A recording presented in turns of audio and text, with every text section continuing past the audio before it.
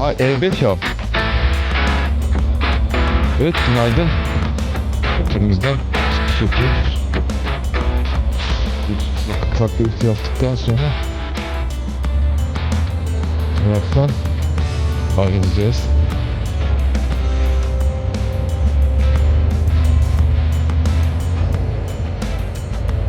Bugün hava sabah 8'e kadar yağdı. Aralıksız hem de. Şu an hava saat 9:30. Trafiğe bakarken konuşamıyorum sizinle. Buranın trafiğine de alışık değiliz malum. Pek kültür sahibi değiliz o konuda.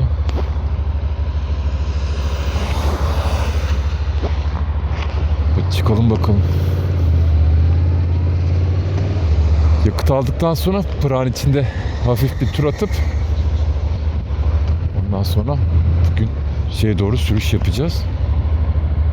Budapeşte'ye.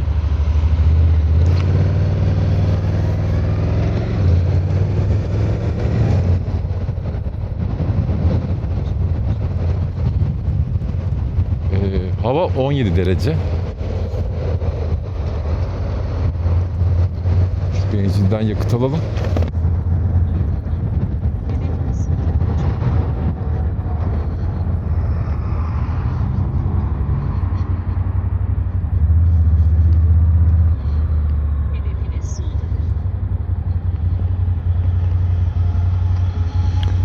Şuralarda çok korkuyorum. Çünkü çok fazla mazot ve benzin dökülüyor. Ciddi kayıyorlar.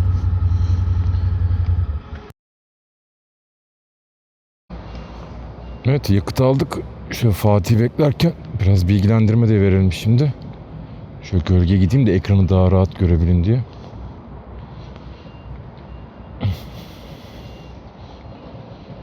Evet, İstanbul'dan çıktığımızdan beri 3278 kilometre olmuş. NC'nin ölçtüğü toplam 146.9 litre harcamış. 77 kilometre avarajımız var.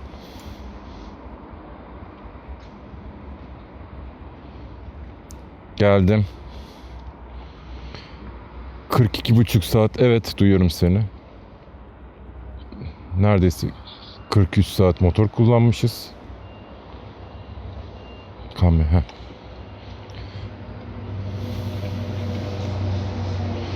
Avarajımız da 4,5 litre olduğunu söylüyor NC. Ne kadar doğru bu veriler bilmiyorum. Benim gözlemlediğim kadarıyla %10 sapması var. Peki gidelim şimdi. Prag'da işimizi halledelim. Ondan sonra hızlıca Budapeşte'ye doğru süreceğiz.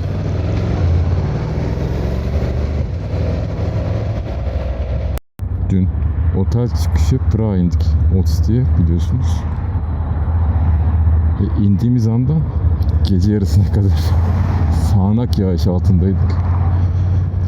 Yağış sabah 7 civarı durdu. Daha erken çıkmayı planlıyorduk. Ama maalesef öyle böyle yağmur yağmıyordu ve hava ciddi soğuktu. Şimdi biraz ısındı.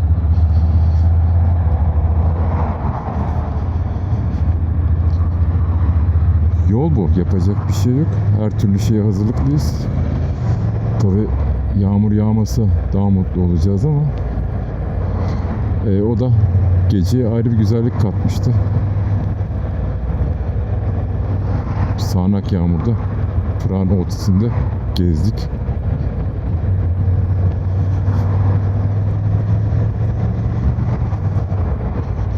Bugün de sürüşümüz 550 kilometreye yakın. Şunlar yerlerde çok tehlikeli ya, motorcular için özellikle.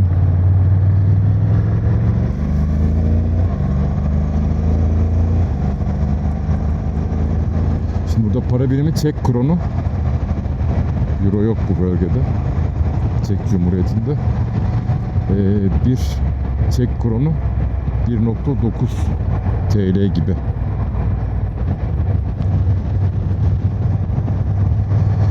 Evet, bugün de yağmura yakalanacağız. Şöyle Findi programından kontrol ettiğimiz kadarıyla biz yağmurla beraber paralel hareket ediyoruz. Yani bir bulut kütlesi var, bir yağış kütlesi var. Onunla beraber hareket ediyoruz. O kütle bugün Budapeşte'ye doğru gidiyor. Biz de oraya doğru gidiyoruz. Yolda ne kadar yakalanırız bilmiyorum. Budapeşte vardığımız saat itibariyle yağmurlu değil gibi gösteriyor programlar ama umarım orada da yağışa yakalanmayız.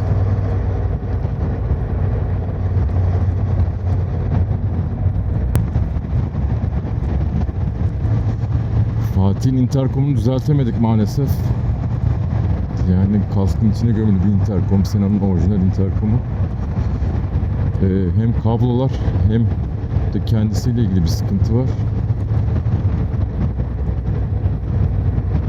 Çözemedik ne yaptıysak. Onun için şu an WhatsApp üzerinden çözüm yarattık hızlıca. Çünkü şehir içinde birbirimize ulaşamazsak sıkıntı.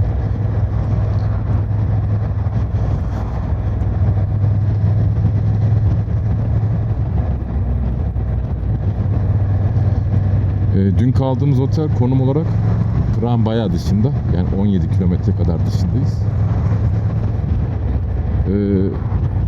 Odalar fena değil, temiz, güzel, büyük, ferah.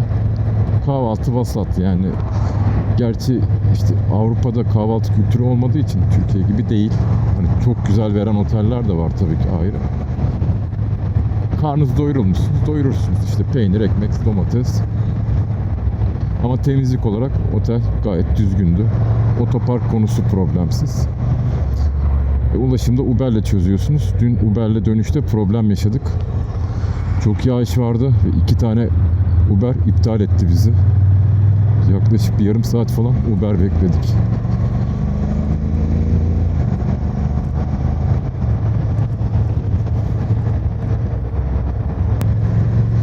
Günden bahsetmedik bugün. 18 Temmuz 2025 Cuma çıkalı. Geçen Cuma çıktık. Bugün Cuma, hızlı geçti.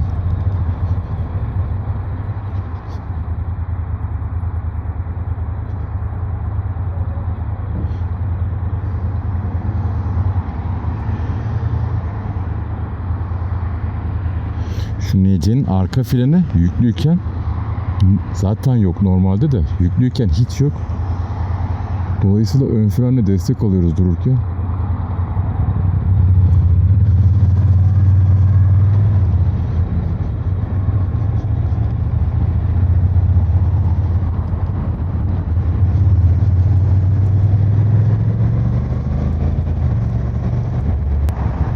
Bu arada bir şey dikkat ettin mi? McDonald's'tan falan daha fazla KFC var bölgede.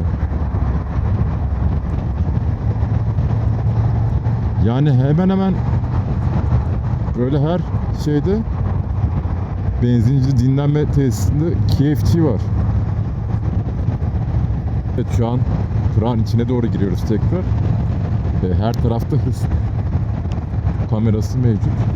Onun için kural neyse öyle gidiyoruz zaten. Araçları da görüyorsunuz.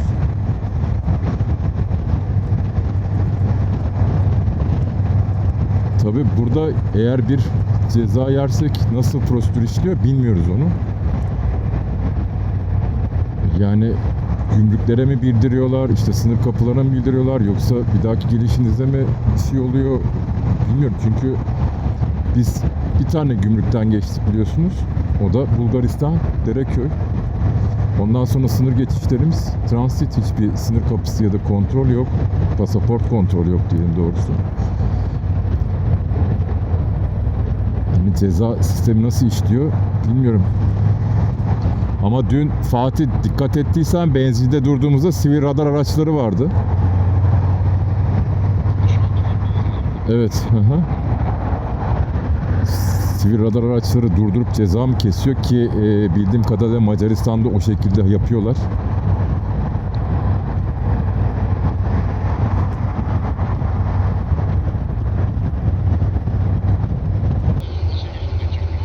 Evet.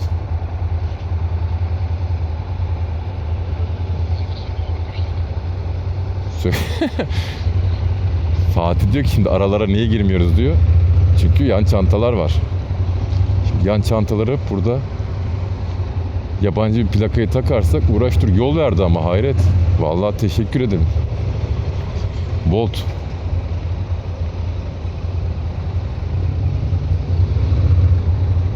Evet burada ışık var Fatih. Işıktan sonra açılıyoruz. Şu arkadaki abiye yol veriyorum ben. O bayağı geniş. Vallahi geçti Fatih. Bak çek. Aa vuracaktı.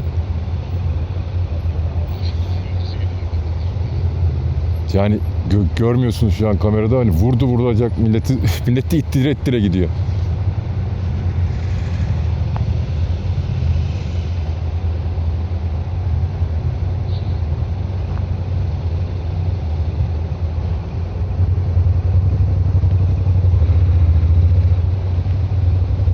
Şimdi şu sokağın güzelliğine bakın, binalara bakın. Bunlara bir tane çivi çakamıyorsunuz.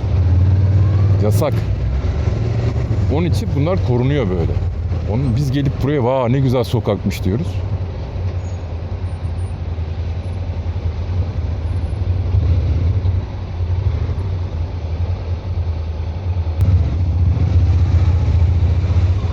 Evet, Prag sokaklarında aralardan filtre yaparak gidiyoruz valla. Ayıp mı ediyoruz? Bilmiyorum, etmiyoruz. Bunların hepsi gidiyor. Hepsi çek plaka.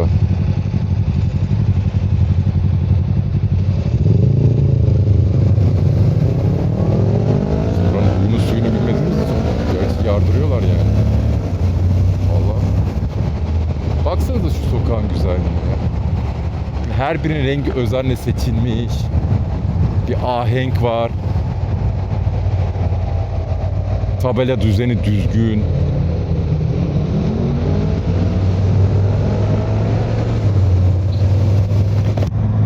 Onun için dünyanın en çok turist gelen şehirlerinden biri.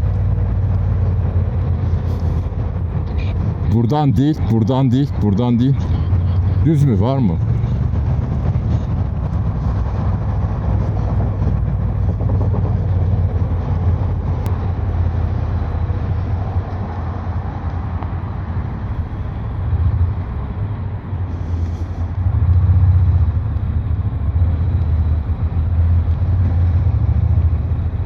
Şimdi diyeceksiniz bizde böyle yerler var mıydı? Vardı. İstiklal Caddesi böyleydi. Açın eski fotoğraflarını bakın.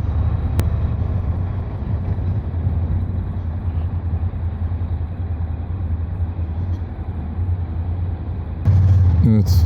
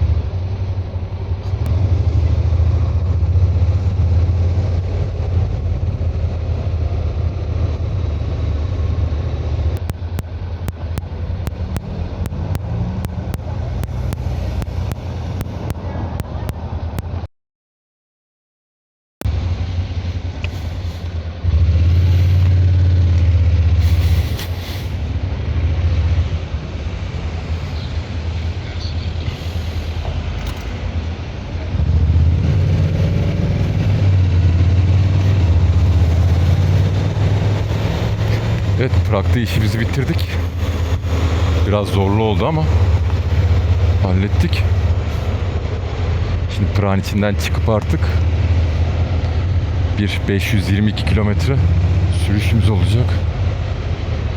Gene sevmesek de otoban olacak zorunlu.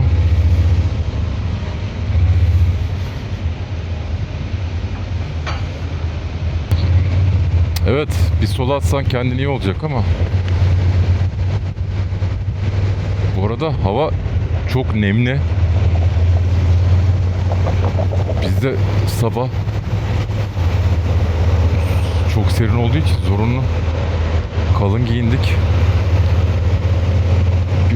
Şu şehrin kalabalığından kurtulduktan sonra Biraz üstümüzü inceltmek gerekecek.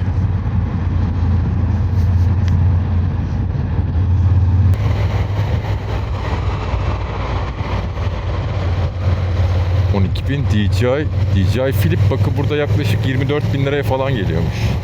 Şurada reklamı vardı. Türkiye'de ne kadar bilmiyorum.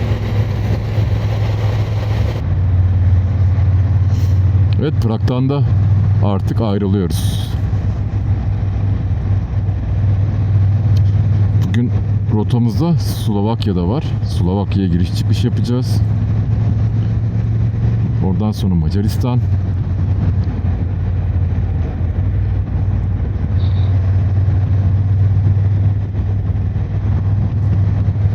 Macaristan'da vinyet uygulaması var. Yani şöyle, Macaristan'da otobanlar var.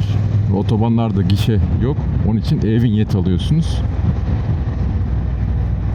Biz 3 gün olacağımız için bir haftalık almıştık. 9.90'a euro.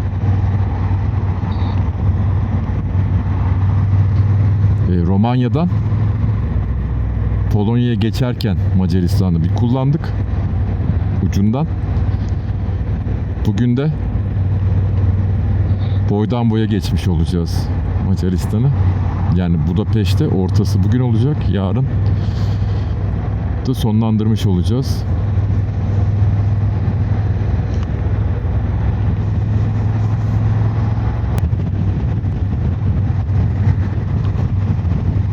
Evet, hava bir anda tekrar döndü. Demin çok sıcaktı, üstümüzü çıkaralım diyorduk. Herhalde ilerleyen süreçte üstümüze takviye alacağız gibi gözüküyor.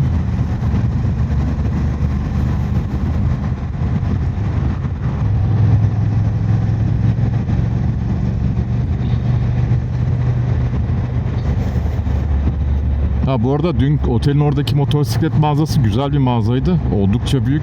Ekipman çeşitliliği çok fazla. Fiyatlar da gayet uygundu. Yani bir bot sormuştuk. Yarı yarıya geliyordu Türkiye'dekiyle. Bir şey aldık mı bir şey almadık. Fatih bot alacaktı. Bedeni numarası yoktu.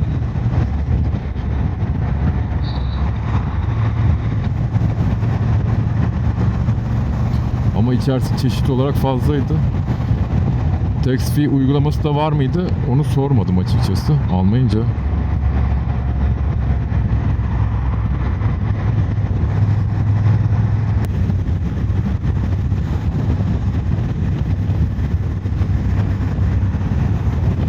Bu arada duyuyor musunuz bilmiyorum. DC'nin zincir olayından bahsedelim.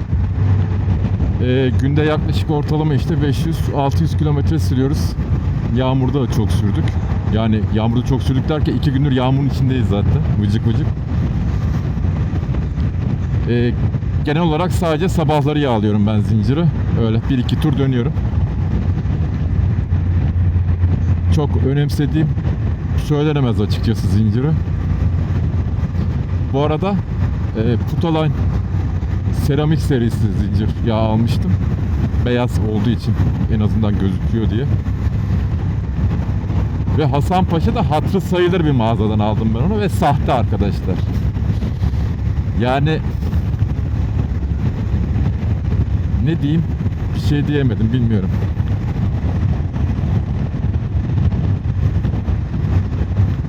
Onun için aldığınız ürünlere dikkat edin. Yani ne kadar dikkat edeceksiniz? O da ayrı bir konu ya. Hani zincir yağı neyse işte bir şekilde zincir telafi olabilir. Peki motor yağlarında ne olacak bu konu bilmiyorum. Motor yağları bu konuda sıkıntı. Sahte buji olayı çok sıkıntı. Sahte bujiyle silindir delen arkadaşım var. NT1100'de.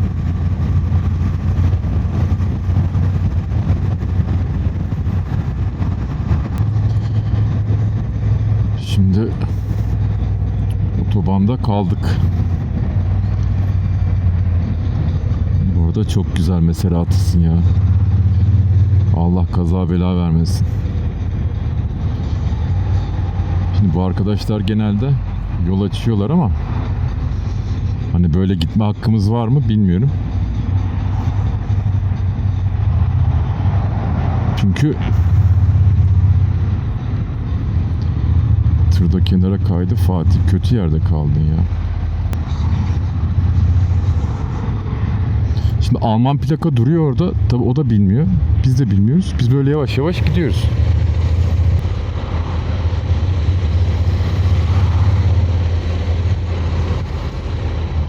Ne güzel değil mi böyle? Burayı açtı bu adamlar. Gidiyoruz efendi gibi. Tabii şey gibi gitmiyoruz böyle. Türkiye'deki yardırcanlar gibi böyle aradan yardır yardır yardır gitmiyoruz. İşte insan gibi gidiyoruz. En azından durmamış oluyoruz. Yani şöyle gitmemiz bile bu kadar yolda bize şu an yarım saat falan kazandıracak. Yarım saat dur kalk yapmamış olacağız.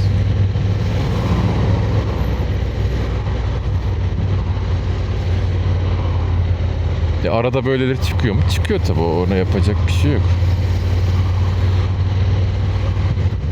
Bakın bu şerit en sola yanaştı. Bu en sağa yanaştı. Burası açık. Eğer bir ambulans ya da acil bir durum olursa zaten emniyet şeridi açık. Kimse girmiyor bu arada. İleride polis var. Bir şey var herhalde orada Fatih. Kaza maza var galiba.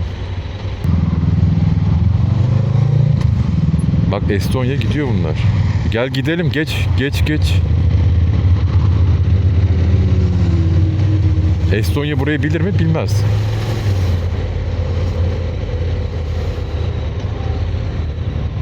Burada kaza olmuş. Evet ve büyük kaza olmuş. Yerde yağma olabilir. Dikkat et. Parçalara dikkat et. Bayağı büyük kaza olmuş. Geçmiş olsun. İnşallah kimsede bir şey yoktur.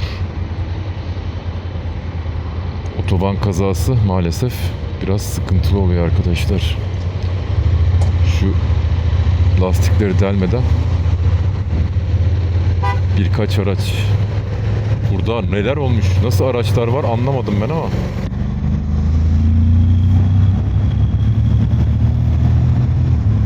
Bugün rüzgar düne nazaran çok az. Onun için rahatım. Hani bu normal. Kabul edilebilir limitler içerisinde. Umarım gün içerisinde de böyle devam eder. İleride bir kırmızı daha var. Bir arkadaş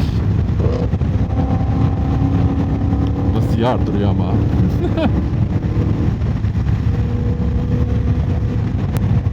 Biz yağmursuz gidersek olmaz.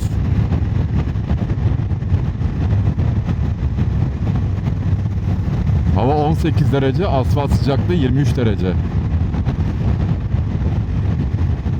Bu bir 2 derece, 3 derece oynuyor.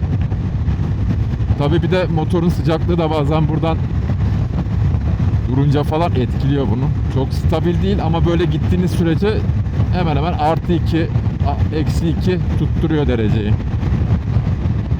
NC'nin muhteşem hesap makinesi ekranı. Ya ne ararsanız var aslında içinde. Çok mu bakıyoruz? Çok bakmıyoruz işte. Ayda yılda bir kere bakıyoruz yani ekrana.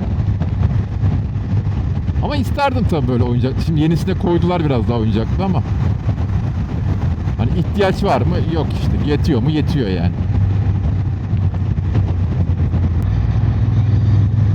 Şimdi burada ne var? Çözemedik.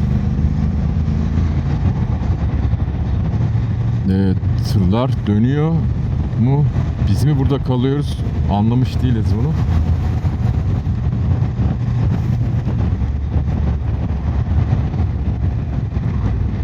Evet biz de duruyoruz. Şuna dörtlü yakalım arkadan. O da yaktı zaten. Valla şu arkadaşın yanına girmek istemiyorum. Biraz geçsin ha. Şimdi biraz girebiliriz.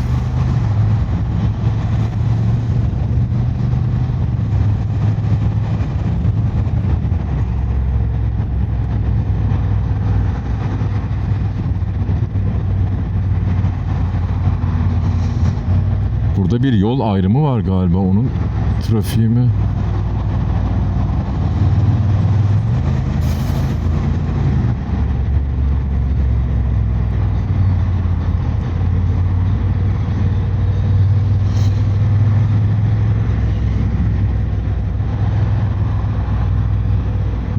Şurada bir yol çalışması gibi bir şey var. Tabi yaz olunca yani işte Bizim şansımıza yaz böyle bu arada. Temmuz'un 18'i bugün. Yaz olunca her tarafta asfalt çalışmaları başlıyor.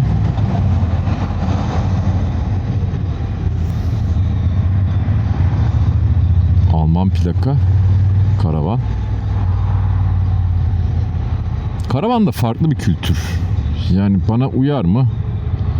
Bilmiyorum, hiç denemedim, tecrübe etmedim. Yapabilir miyim? Herhalde benim için zor. Yani gezmeyi çok seviyorum. Ama işte eldeki imkanlar, süre yok, çalışıyoruz.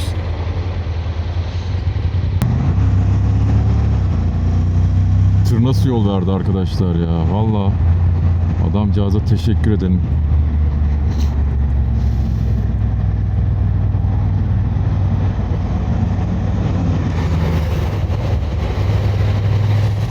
Genel itibariyle böyle orta hep açık tutuyorlar. Onun için geçiyoruz. Bu arada şu alet çok güzelmiş ya. Bayıldım Mustang'e. Bu herhalde bir yere gidiyor.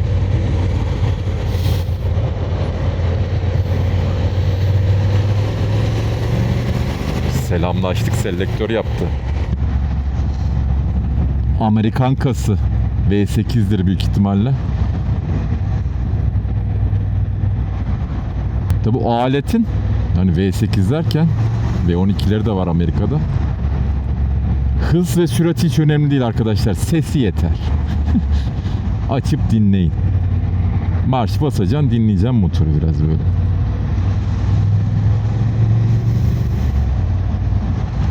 Biz nelere biniyoruz? Ülkemiz sağ olsun. Muhteşem vergi sistemiyle 1.6, 1, hatta bir ara 900 cc'ler falan vardı değil mi? İşte bu 750 cc yani. Yazık. Burada bir yol çalışmasına gireceğiz. Bu arada bu sarılar boya değil arkadaşlar. Bunlar böyle bir bant. Bunları ısıtıp hard diye yapıştırıyorlar yere. Sonra tutup söküyorlar.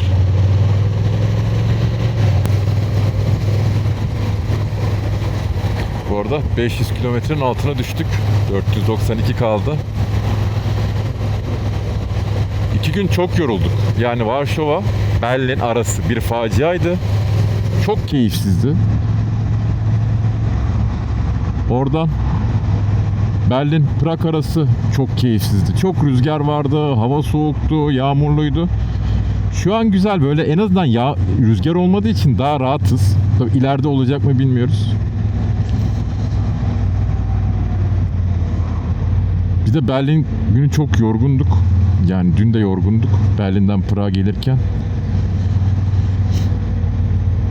Bugün iyi dinlendik ama. Sabah kalktığımızda güzeldi. Otelde kahvaltımızı yaptık. Bol kahvemizi içtik, keyif yaptık. Yağmuru bekledik, dinmesini. Çıktık. Tabii yağmur ne yazık ki bizim rotamızda. Artık yakalanır mıyız, böyle kurtarabilir miyiz bilmiyorum. Burada bir viyadük çalışması var.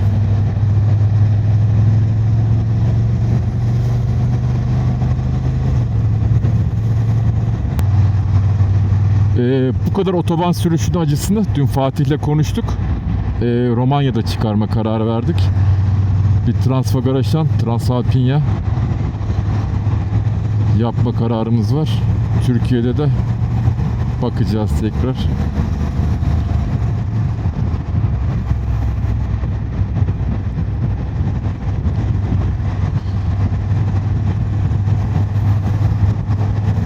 Evet, bir yağmura gireceğiz maalesef. Şu an yağmurlu giymek istemiyorum.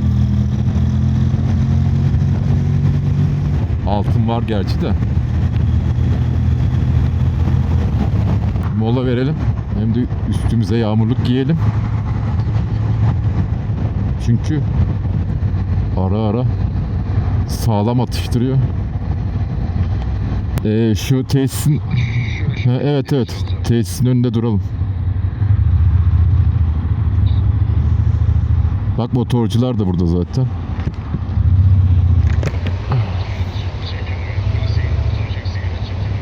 Tamam.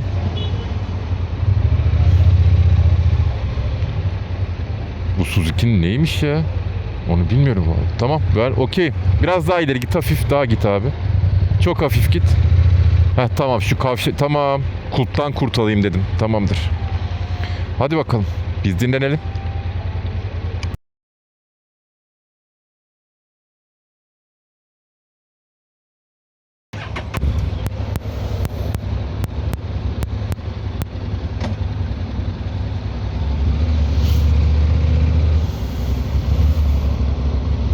Evet, biz neredeyiz?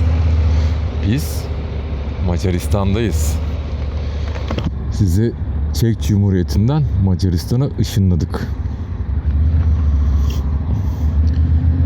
Budapeşte'ye son 117 kilometremiz kaldı.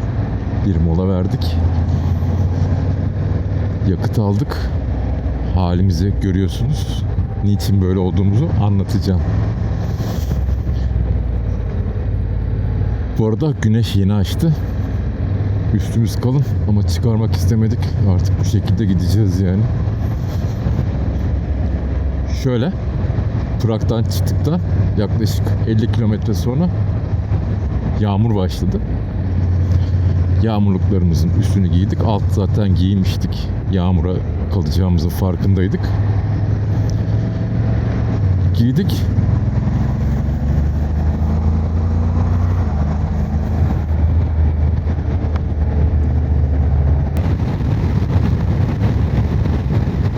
Rüzgar hala devam ediyor. Burada konuşmayacağım. Biraz yavaşlayalım. Öyle konuşuruz.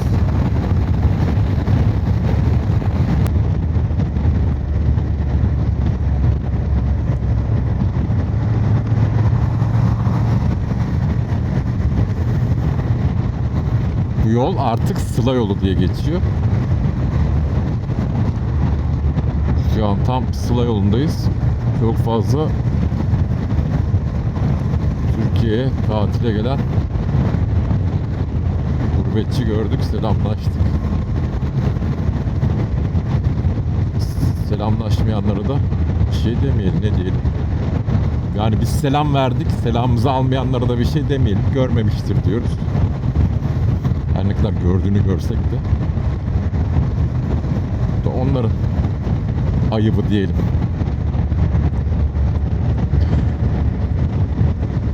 Evet, şeyi anlatacaktım. Rüzgar biraz bize yavaşladık hem dindi. Prag'dan çıktıktan sonra 50 kilometre sonra yağış başladı. Yani çiseleme babında başladı.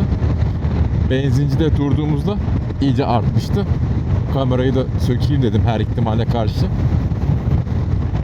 Yağmurlukları da giydik ve yola koyulduk. Yola koyulduğumuzda yağmur şiddetini arttırdı. Devam ettik. Yağmurda artık sürüyoruz. Alışkınız zaten. Öyle bir sıkıntımız yok. Dediler ki bu yetmez. Bir de yağmur, bir de rüzgar verelim biraz dediler. İşin içine rüzgar da girdi. Gene biz alışığız. Gene süreriz dedik. Zaten kaç bin kilometredir böyle sürüyoruz. Yok dediler, yetmez.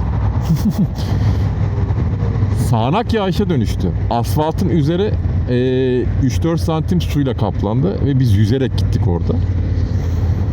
Bu bahsettiğim olaylar yaklaşık 350-400 kilometre boyunca sürdü.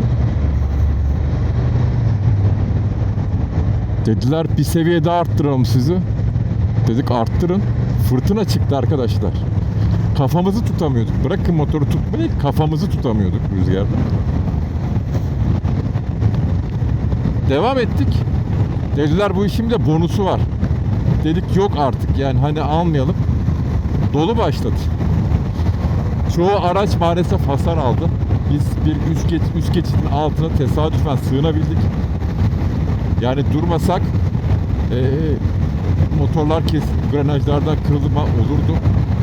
Çünkü arabaların çoğunda ciddi cam kırılan, işte cam tavanı kırılan, işte kaportası ezilen bir sürü araç oldu. Biz şansa yırttık diyelim.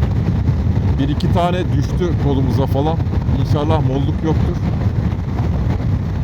Şimdi Budapeşte'ye geldik. Hava şansımıza. Buradan da yağıp geçmiş bu arada yani. Şansımıza biraz güzel. Yarın yağmursuz ve rüzgarsız bir sürüş talep ediyoruz ama İnşallah Allah'ım duyar bizi. Çünkü ben İstanbul'da kış boyunca motosiklet kullandım. Bu kadar hava olayı görmedim. Ha, bu arada bu olaylar sırasında hava sıcaklığı 9 dereceye düştü. İçimize windstopper giydik. Elci kısıtmalar son hattı da açık.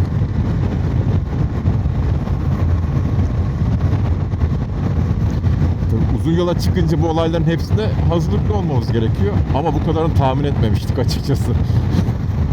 Yani dolu beklemiyorduk. 9 derece hava beklemiyorduk. Dün fark ettiyseniz Prag'da içimizde tişört, üstünde sweatshirt, üstünde de bayağı bildiğiniz kışlık mont vardı.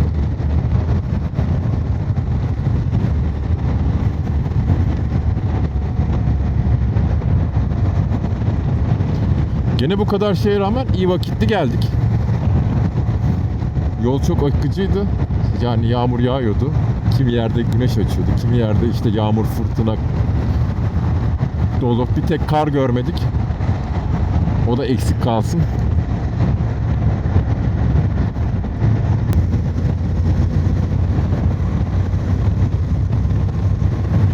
Bu arada Macaristan'da vinyet kullanıyoruz. E-vinyet diye geçiyor. İnternet üzerinden online aldık. Ve ara ara kamera sistemleriyle kontrol ediliyor. Bu herhalde Sırbistan'a geçerken orada bir kontrolden geçeceğiz.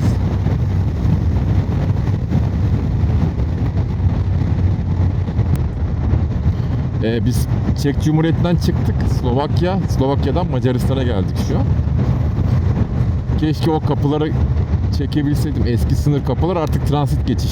Hiç yani durmuyorsunuz, direkt geçiyorsunuz. Ta oralarda maalesef yağmurdan dolayı çekme gibi bir şansım yoktu.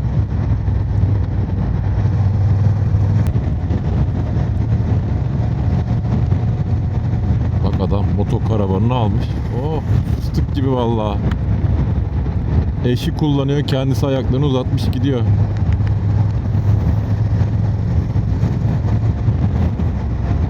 Bu karavanlar gerçek karavan. Bizdekiler gibi Ducato'dan bozma değil. Ne yapalım? Bizim ülkemizdeki imkanlar da o kadar. Yönetenler değil. Yani de nasıl, gene yönetenler utansın diyelim.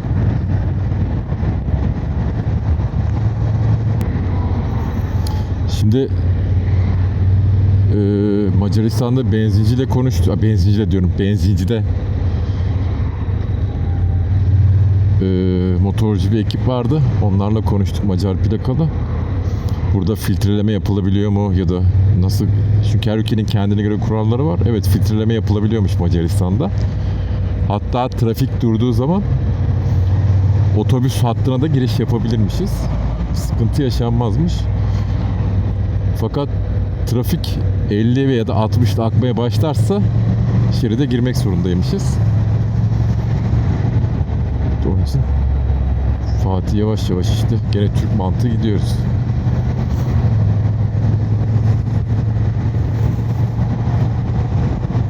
Herhalde 4000 kilometre falan devirdik. Yani genel olarak tüm arabalar, tırlar, otobüsler, motosikletleri çok iyi gözlemliyorlar. Genel olarak zaten herkes kurallara uyuyor. Ya kurallara uyunca da, trafik kurallarına uyunca da çok büyük sıkıntılar yaşamıyorsunuz. Arada tek tük elmalar var. Ona yapabilecek bir şey yok yani.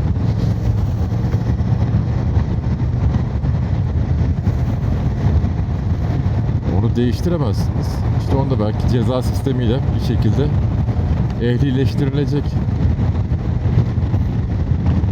Ama genel olarak her şey sorunsuz.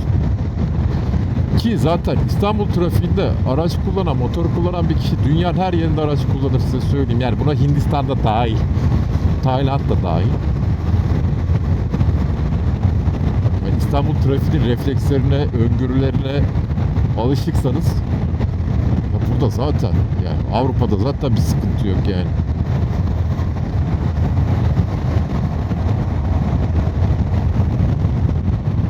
Bunların hepsinden daha iyi şoför oldunuz İstanbul'da bir gerçek. şöyle daha iyi, öngörü ve refleks olarak daha atik, daha öngörülü.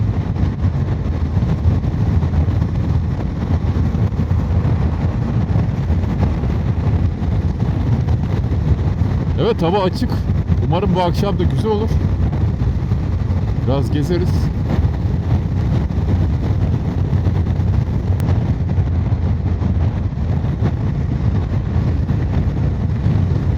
Bu arada biz tur boyunca kalacağımız otelleri çok önceden ayarlayıp ödedik. Kur farkından zarar etmeyelim diye biz onları Şubat ayında halletmiştik. İyi de olmuş. Bayağı bir artımız oldu çünkü. Ama her ihtimale karşı son işte 2-3 gün kalaya kadar iptal hakkımız vardı. Olur, insanlık hali, bir ters bir şey olur, bir şey gidemeyiz, çıkamazdık. Mesela şu an gideceğim oteli hala iptal etme hakkım var.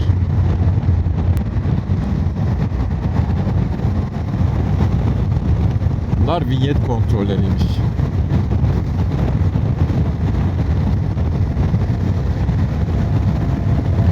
Dediğim gibi Sırbistan'a geçerken herhalde bir kontrolden geçeceğiz.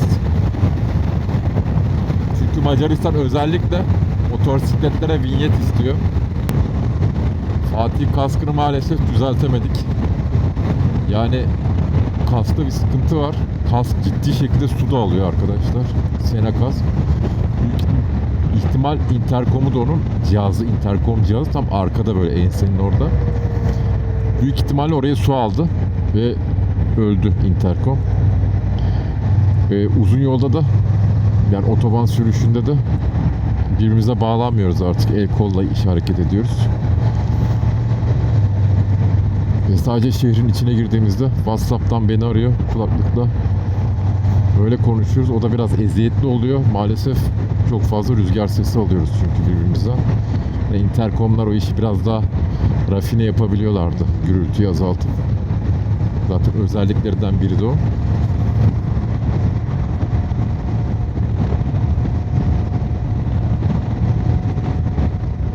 Bu nerenin plakası bilmiyorum. Bu çekme karavan. Bu benim hiç tarzım değil. Zaten karavan da çok tarzım değil ama bu özellikle hiç değil yani. İlla ki artıları eksileri vardır.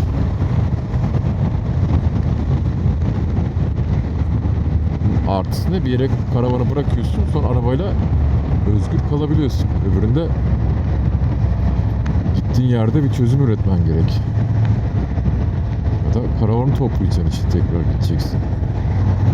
En büyük artısı eksisi bu diye biliyorum. Kişiden kişiye değişir.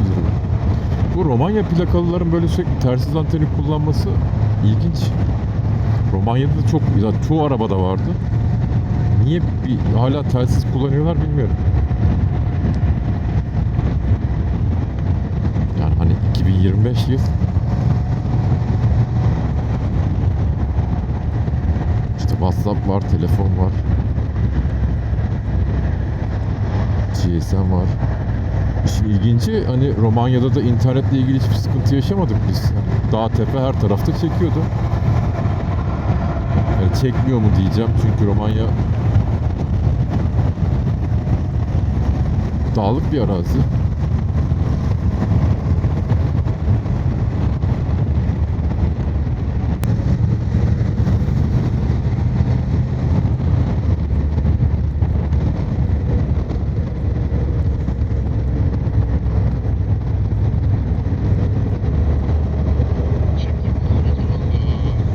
Gene otobana girdin zaten. Evet.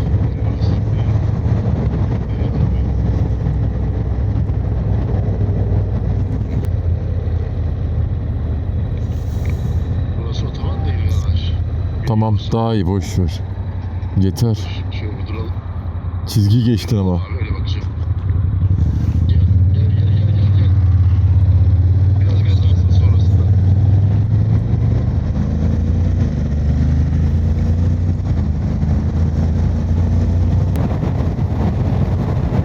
Evet, otobandan ayrıldık. Bir alternatif yolda otele doğru gidiyoruz şimdi. Orada tabii WhatsApp üzerinden haberleştiğimiz için çok fazla mikrofondan gürültü geliyor, uğultu. Benden ona, ondan bana.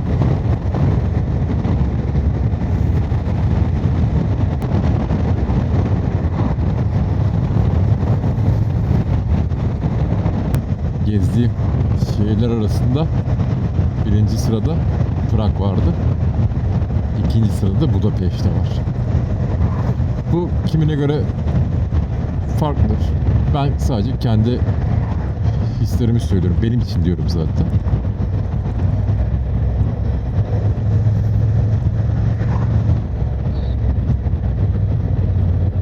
Ama şimdi Prag sevmeyeni de yani anlayış gösteremem. Yani. Anlayış gösteririm de anlamam yani. Niçin sevmediğini anlayamam yani. Prag sevilmez mi?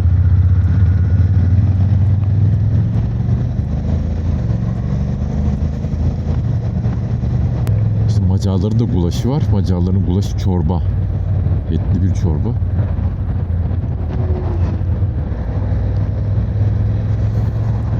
Ya onu bunu bırakın da arkadaşlar. Türk yemekleri hakikaten efsane. Gerçekten. Kaç tane ayrı kültürümüz var ya. Hiçbir coğrafyada olmayan çeşitlilikte yemek kültürümüz var.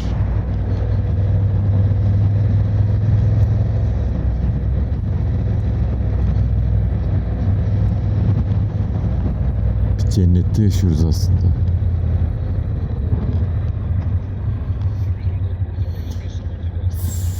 Bir sonraki. Şu bak. Bu park girişiymiş. Buradan düz devam ediyorsun galiba. Tamam, sonra evet. Burada tabii olaylar böyle yel çizgisiyle hepsi çözülüyor. Bizim Türkiye gibi değil. Bizde de zor olmaz bunlar. Tabii bizde sokak yok ki arkadaşlar. Yani sokak yok bizde. Yer gök bina. Gökyüzünü göremiyorsunuz böyle. Adamlar geniş ferahlar. Yani şehircilik planı var.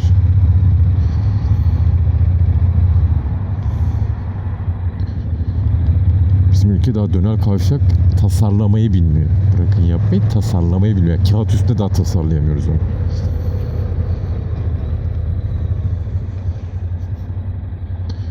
Adam dönel kavşakta tek bir tarafı transit geçiriyor böyle. Aslında o dönel kavşakta gel geç bakalım.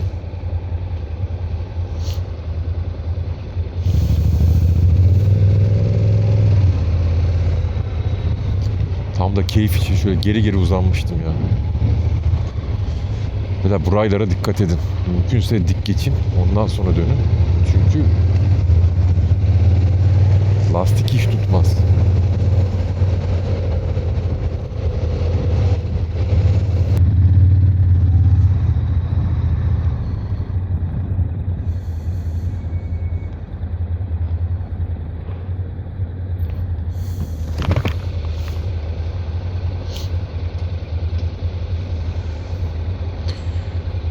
D-City'de yurt dışı galiba bir video izlemiştim de. Onun için durup elimi çekersem boşa alıyorum refleks olarak. Çünkü bir çocuğun ara gaz vermek için çevirdiğini görmüştüm. Onun için bir handikap o konu.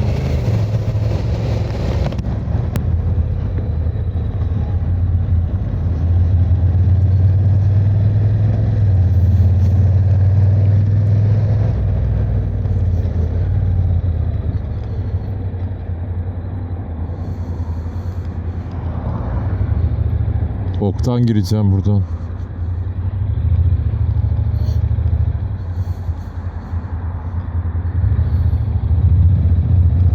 Bakı sokak ne güzel ya. Böyle ufacık yerler. Burası tramvay garajı herhalde.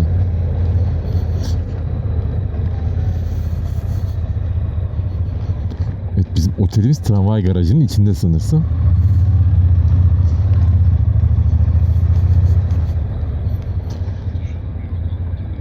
Otel anla. Şu olabilir bak, bir sürü otopark var orada ya. Ay burası işte, geldik. Ha, fıstık gibi. Oh, fıstık gibi otele geldik vallahi.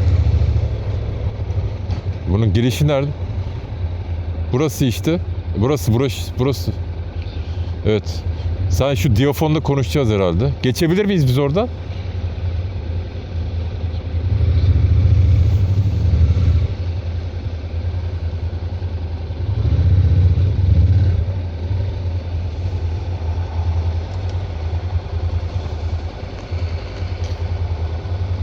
Bir de ne tarafa bırakalım diye sorsana. Resepsiyon. Geç.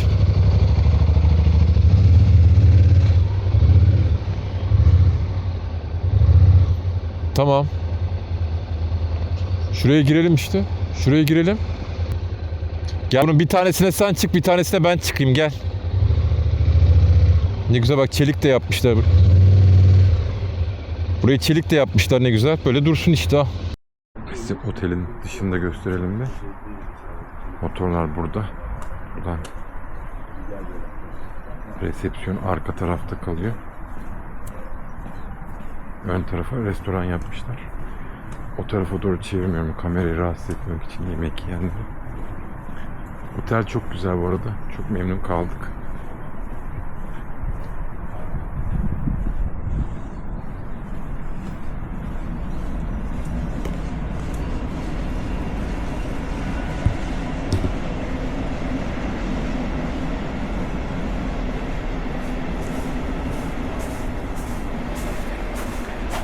Kapımız biraz sıkıntılı ama böyle biraz bekleteceğim. Evet işte. Teşekkürler.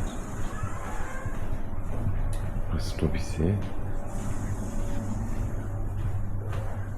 Bizim odamız bu tarafta. Odayı da gösterelim size. Ben 3 numarada kalıyorum. Pardon. Evet, odamız böyle. Kocaman bir odamız var. Bedavaya kalıyoruz. İlginç bir oda. Burada tuvalet haznemiz var. Klozet burada. Bağımsız, lavabo yok. Bize biraz ters. Burası, burada ekstra lavabo var. Otel için biraz fazla olmuş. Burada bir duşumuz mevcut. Tabii o da her zaman gibi darmaduman, kusura bakmayın. Burada 2 yatağımız, koca bir, bunun adı neyse artık, zımbırtısı var.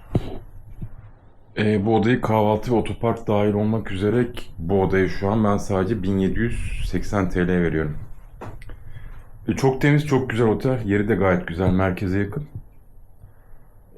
Neydi otelin adı? Otel Anna'ydı.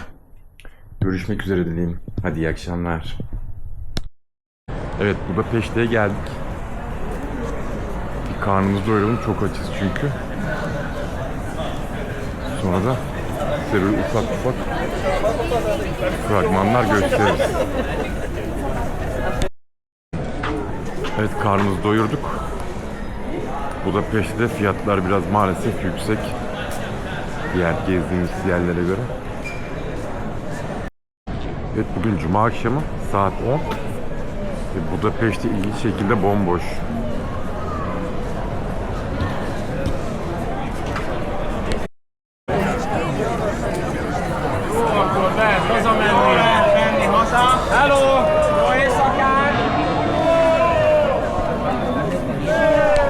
Take you somewhere, so know I care, but it's so cold and I don't know where.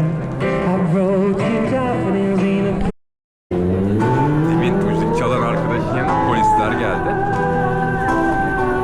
Göndermek istediler, izinsiz çalıyor diye.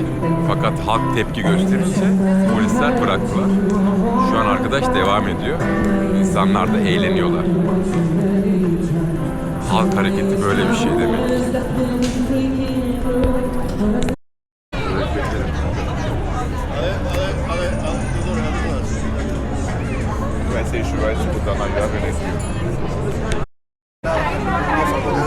Checkout करून याची ट्रेनिंग झालं मी ना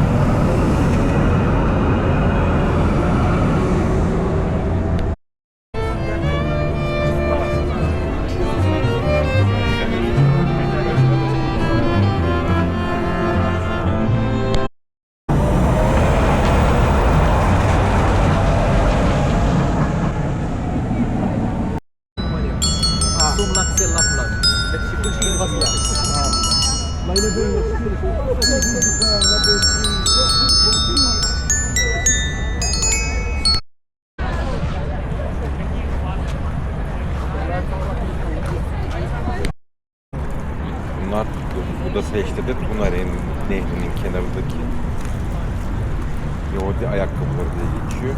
Hikayesini araştırıp okursunuz. Birkaç farklı kaynak var çünkü bununla ilgili. Gece size ne kadar gösteriyor şu an H Pro bilmiyorum.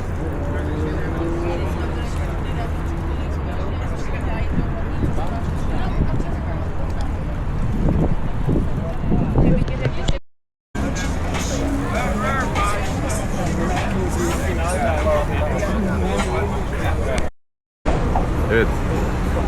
Bu da Peşte'nin meşhur Zincirli Köprüsü.